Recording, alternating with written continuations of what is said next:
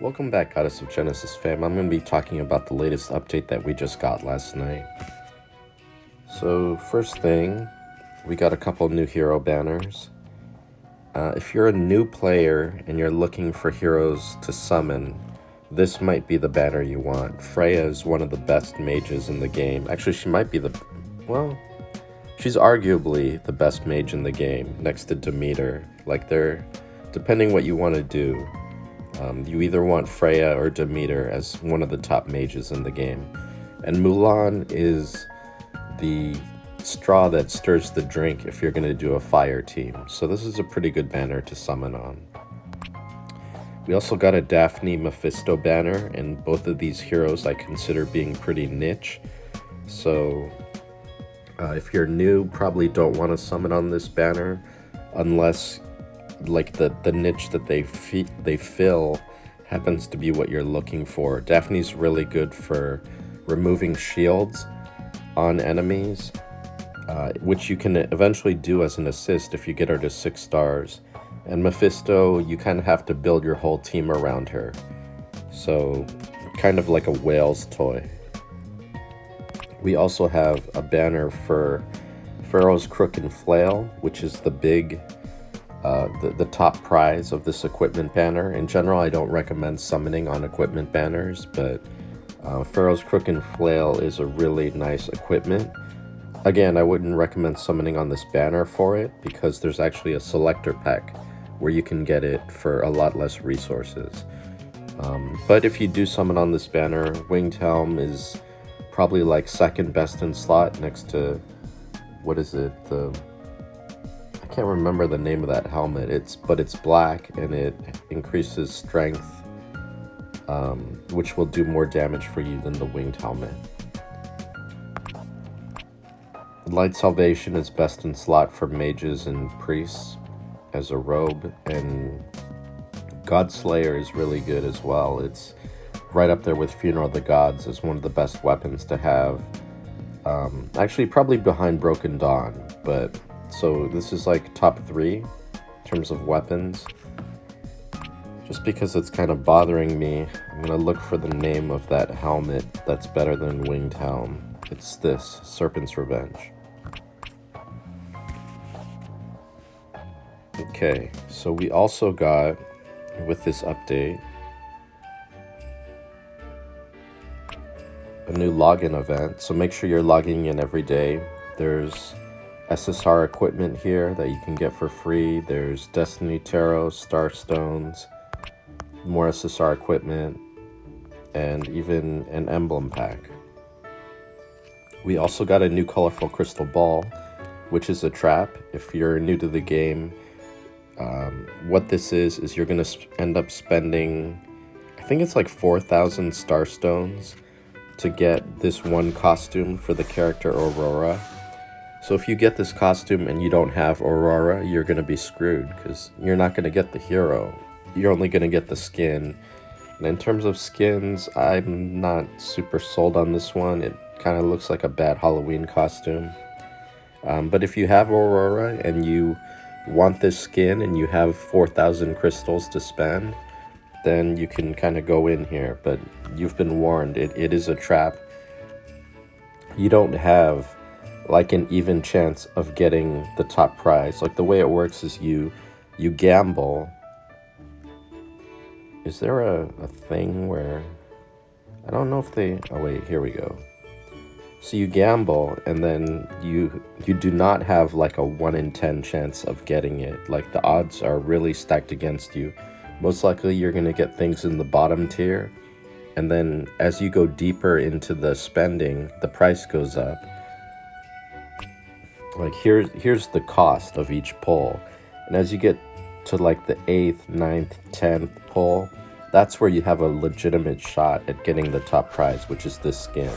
So it's not like a 1 in 10 shot every time. It's like you can't even pull the skin until the 4th pull, and even then it's like a 0.2% chance. So you're really just expect to spend 4,000 crystals if you're going to go for that skin, and you might get lucky, you might get out of there only spending 3,000 or 2,000 crystals, something like that. Now, to me, the most interesting part of this update is actually the new items that are being offered in the store. Now, if you're free to play, you may be tempted to tune out at this point, but I don't recommend you do, because what's happening in the store could affect you as a player, because it could impact what your opponents have access to. So first of all, there is a hero selector pack where you can just choose any hero you want from the new heroes for 20 bucks. So for example, if you are struggling in Endless Corridor and you don't have access to Soraya and Sarah for some reason, then you can just choose to get a copy of the twins here for 20 bucks it is. And now there's also this Divine Regalia pack, and this is what I was referring to, where even if you're free to play, this pack could impact your experience with the game, because for the first time now, Pharaoh's Crook and Flail and Crown of Jormungandr are available in a selector pack. So there's a better or an increased chance that your opponent may now have access to these items. Pharaoh's Crook and Flail is best in slot for Rangers and Rangers and Assassins. And what it does is it removes 3 debuffs on their turn, or if they have no debuffs, it gives them increased attack, so that's pretty good. And then Crown of Jormungandr is a bigger game changer. What it does is it's best in slot for mages and priests, and when they take damage that would drop them below 50% health, then they immediately get a new turn, and it doesn't let them die. So for example, if you are facing an enemy team and you have 3 characters of yours going next, like let's say you do a big attack that drops the enemy Freya below 50% health, well, first the damage for her will stop at 50%, and then she'll get the next turn. So even though you were expecting to have your guys take the next 2 turns, suddenly Freya takes a turn, she can cast an ultimate and then silence your heroes, and then your next 2 guys who you were expecting to do something with, all of a sudden they may be silenced and unable to do what you were planning to do. So it can mess up the math, is how I like to term it. So this is a really powerful item, the Crown of Jormungandr. It's what I'm going to be picking up in this pack, and if you're doing like PvP, Arcane Trial, Guild War, I would expect there to be more people with access to Crown of Jormungandr now that it's available in a selector pack. And you also may see more Pharaoh's Crook and Flail. If for some reason you are struggling in Endless Corridor, you don't have access to Tears of the Nile, you can choose that in this pack. Broken Dawn is an amazing weapon. It's recommended to have at least 1 for Endless Corridor and 2 for Holy Temple, and that will boost your Holy Temple score a lot because it increases the damage of your heroes that use Broken Dawn if you have Ignite and Poison as part of your attack plan. Mjolnir, not super crazy about. Like Aurora's Execution can be good. Lance of Eternity is supposed to be really helpful for the new levels of Endless Corridor whenever those come out. There's a lot of really good, strong equipment in this selector pack that you can get for 20 bucks. Now, the final thing that's new with this update is we have this crystal pack bundle, and if I'm understanding it correctly, what this does is for 25 bucks, which is a lot, you can choose a particular enchant that you want on a particular slot. That's what I believe this does. If it's not the case, I'll come back and update you, because I am planning to pick it up since it's new, just to see what's going on here.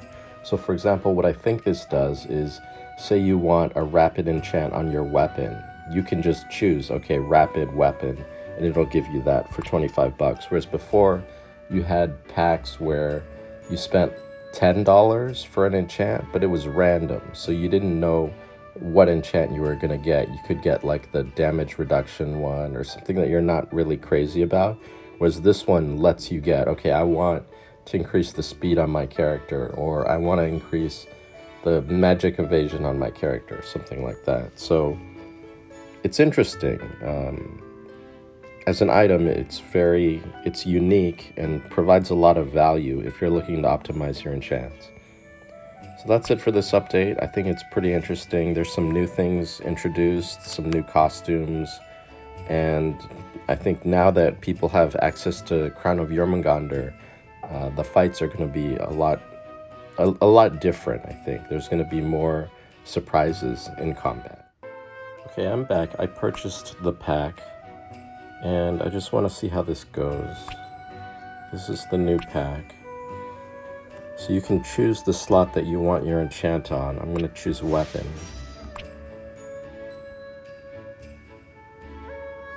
Now when I open this, yeah, you can choose the enchant you want. So I'm going to go with rapid.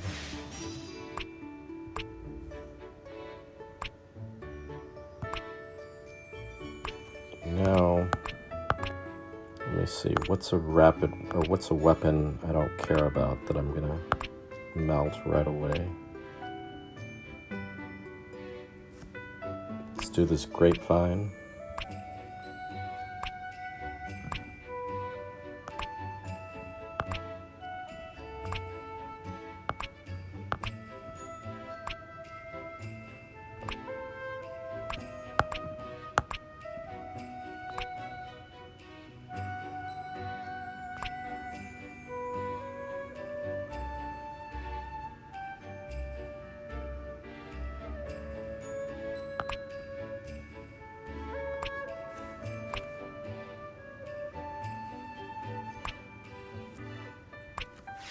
Put the rapid enchant on this grapevine. Then I'm going to fusion it.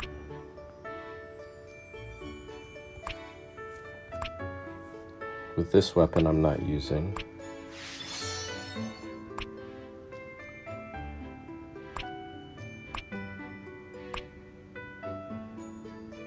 Now, I kind of have a lot of stuff going on here.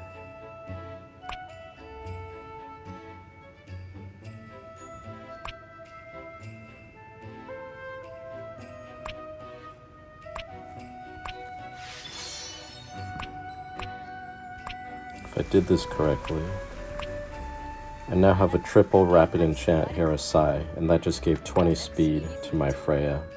By the way, this is what the final Crown of Jormungandr looks like. I upgraded it, so now you can't take damage more than 20% of your max hit points, and if your health drops below 80%, you get an immediate additional turn. It only happens one time per battle, so that's what an upgraded Crown of Jormungandr looks like. And that's a slightly faster Freya with 20 more speed than I had 5 minutes ago. Okay, good luck, have fun everybody.